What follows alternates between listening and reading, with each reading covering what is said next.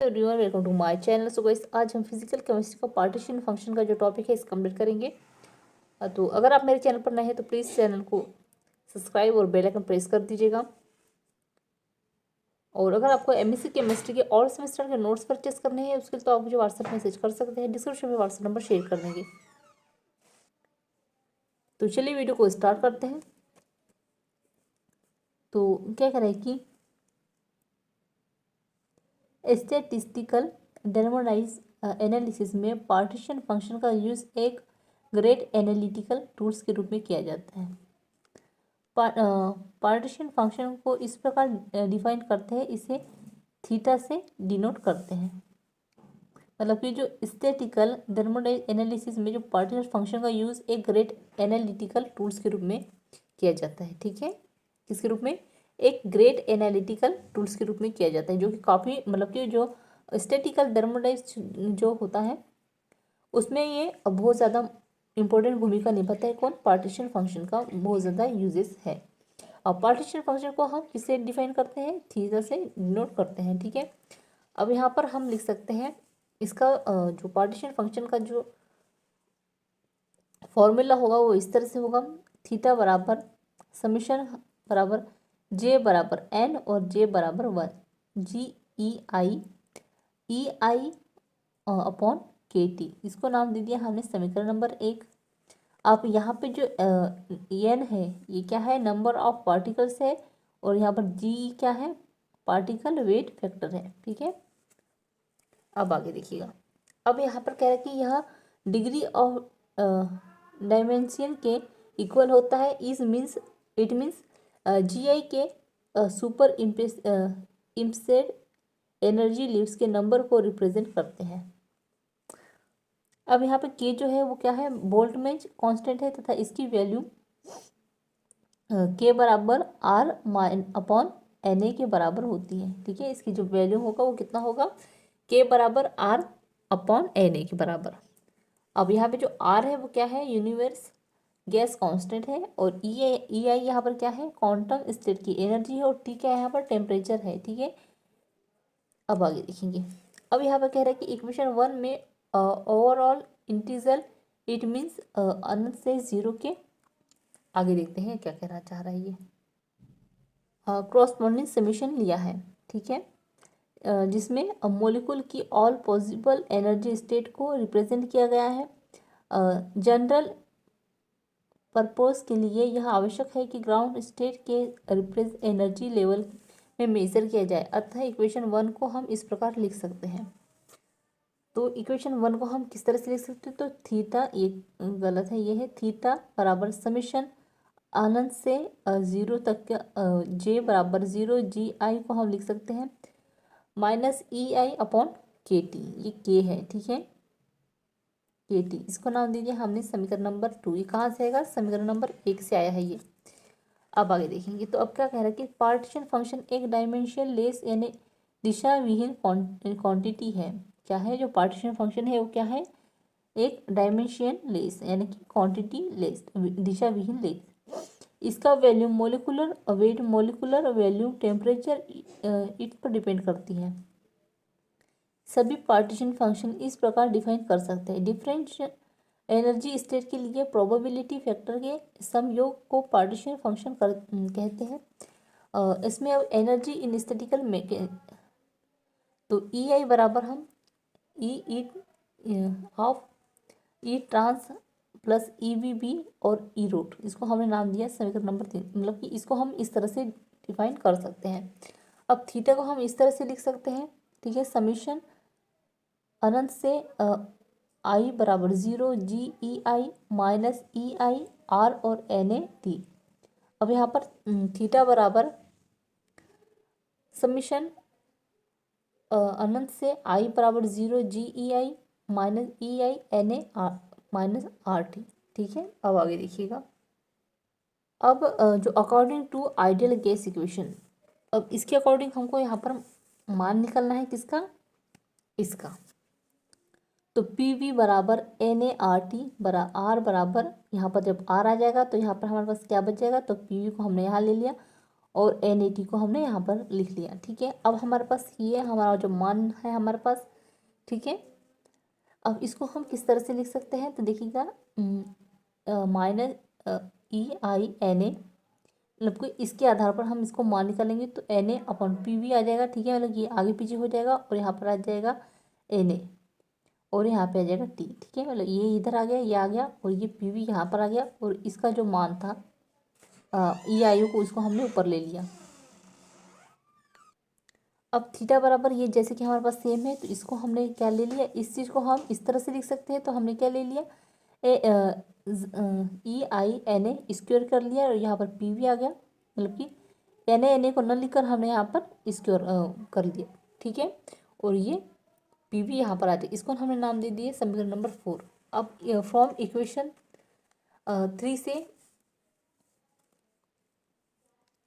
तो ये हमारा मान है। यहाँ पर हमने समीकरण जो 3 था हमारे पास, ELET और E ट्रेन और E road NA square upon PV, इसको नाम दे दिया हमने समीकरण नंबर 5।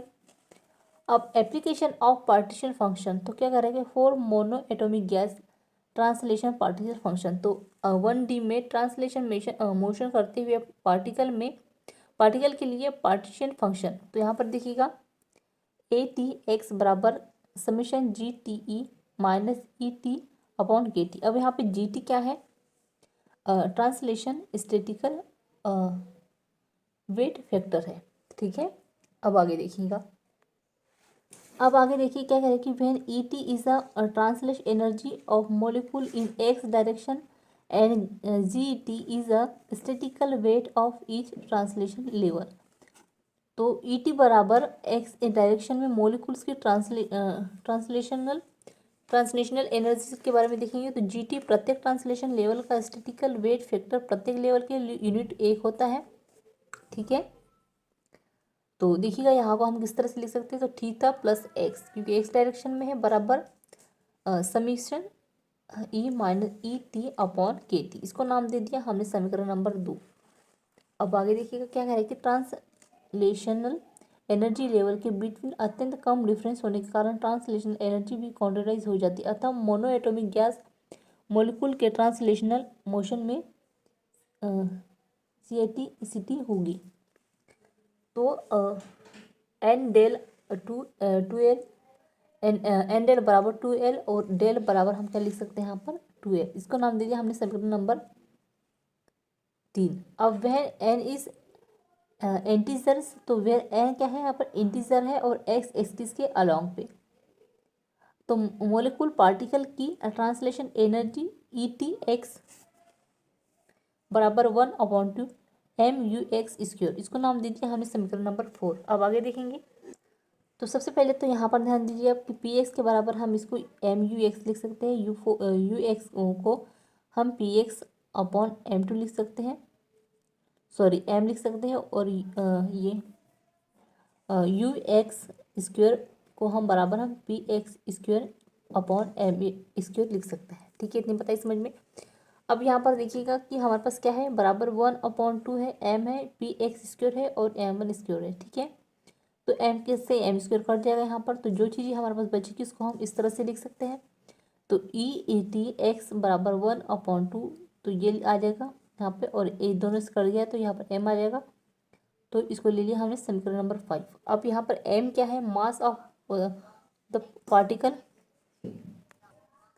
और UX of linear velocity of moving particle along with X axis है। अब यहाँ पर देखिएगा PX क्या है, linear momentum of moving particle according to de Broglie equation. तो डी ब्रोगली इक्वेशन से हमको यहाँ पर आपको मान ज्ञात करना है, तो डेल बराबर H/PX।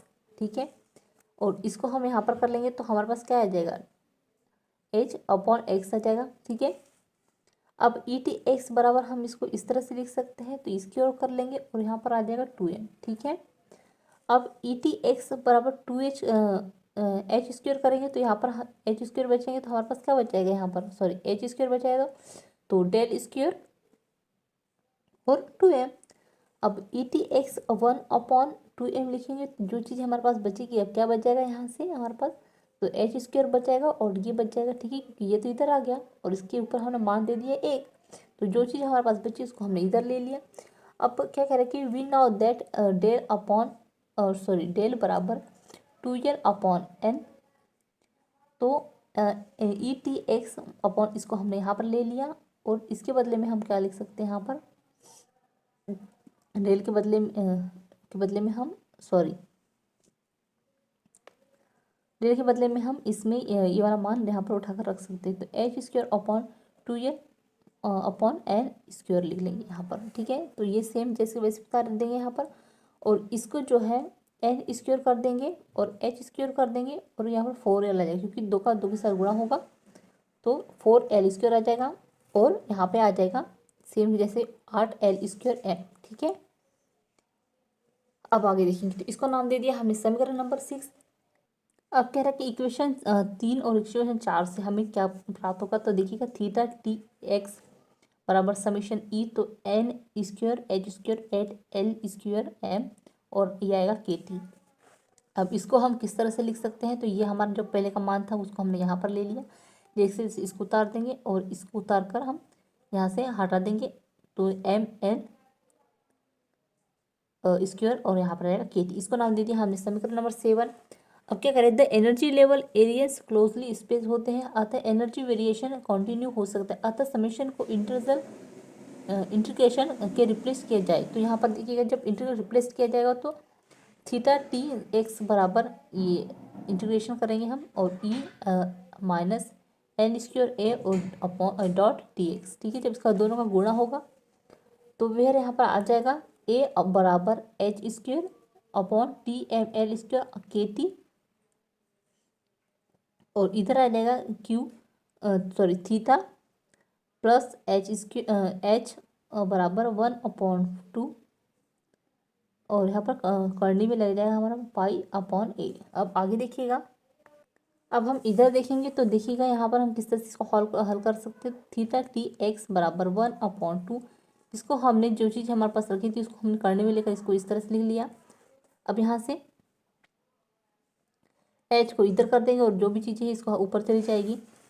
अब थीटा टी एक्स बराबर 1/2 आ जाएगा और इसका जब हम आधा से गुणा करेंगे तो देखिएगा 4l स्क्वायर आ जाएगा और एच आ जाएगा और इधर क्या आ जाएगा 2 m के टी, ठीक है। यहाँ से 2 मतलब कि यहाँ के जो मान लें 2 आ जाएगा इधर और m के टी यहाँ पर आ जाएगा। उस तरह से फिर थीटा टी है टी एक्स बराबर 2 से 2 कट जाएगा यहाँ पे, तो हमारे पास क्या बच जाएगा यहाँ पर 1h एल एच इधर बच जाएगा और ये मान इधर आ जाएगा, ठीक है। मतलब कि यहाँ से ये कट गया तो ये एक का तो कोई मान नहीं है, ठीक है। तो इसमें हमारे पास बच जाएगा ये 2 से 2 कटा तो ये एल तो बच गया ना, अब एल अपॉन एच लिख लेंगे यहाँ पर और ये इसको यहाँ पर लिख लेंगे। अब थीटा टी एक्स बराबर एल अपॉन एच और इसको हमने सेम जैसे उतार दिया। अब क्या कह रहे हैं यहाँ पर, सिमिलरली मॉलिक्यूल्स के लिए 3 dimension X Y and Z के अलॉन्ग ट्रांसलेशनल पार्शियल फंक्शन होंगे। तो यहाँ पर देखिएगा थीटा टी ई बराबर theta T X theta T Y और जेड, ठीक है, एक्स वाई जेड के लिए। तो इनके तीनों के मान जो है इस तरह से निकल कर आ जाएंगे। तो theta T L minus x ये आ जाएगा, जैसे कि वैसे इसको उतार देंगे यहाँ पर 1/2 आ जाएगा, यहाँ पर एल माइनस एच और ये इस तरह से लिख सकते हैं आप, और इनको आप इस तरह से लिख सकते हैं। देखिएगा तो तीनों के लिए है तो एल का 3 आ जाएगा और एच में 3 आ जाएगा और सेम 3/2 लिख लेंगे यहाँ पर, और थीटा टी बराबर इसको हमने ले लिया और यहाँ पे हमने ले लिया v अपॉन ये H3, ठीक है, क्योंकि हम 3 डायमेंशन के लिए ले रहे हैं। तो जब 3 डायमेंशन के लिए ले रहे हैं तो इसका जो वैल्यूम भी 3 आ जाएगा, ठीक है। तो L3 बराबर वैल्यूम, तो यहाँ पे जो है मतलब कि मॉलिक्यूल्स के तीनों डायमेंशन के लिए हमारे पास मान पता हो गए हैं, एक्स के लिए भी, वाई के लिए भी और जेड के लिए भी। तो यहाँ पे जो है हमारा टॉपिक एंड होता है। सो आई होप आपको ये नोट जरूर पसंद आया हो। सो प्लीज़ यार को लाइक सब्सक्राइब कर दीजिएगा, साथ ही बेल आइकन प्रेस कर दीजिएगा और कमेंट जरूर बताइएगा आपको ये नोट्स कैसे लगे। और एमएससी केमिस्ट्री और सेमेस्टर के नोट्स परचेस करने के लिए मुझे व्हाट्सएप में मैसेज कर सकते हैं, डिस्क्रिप्शन में व्हाट्सएप नंबर शेयर कर दूँगी। Thank you.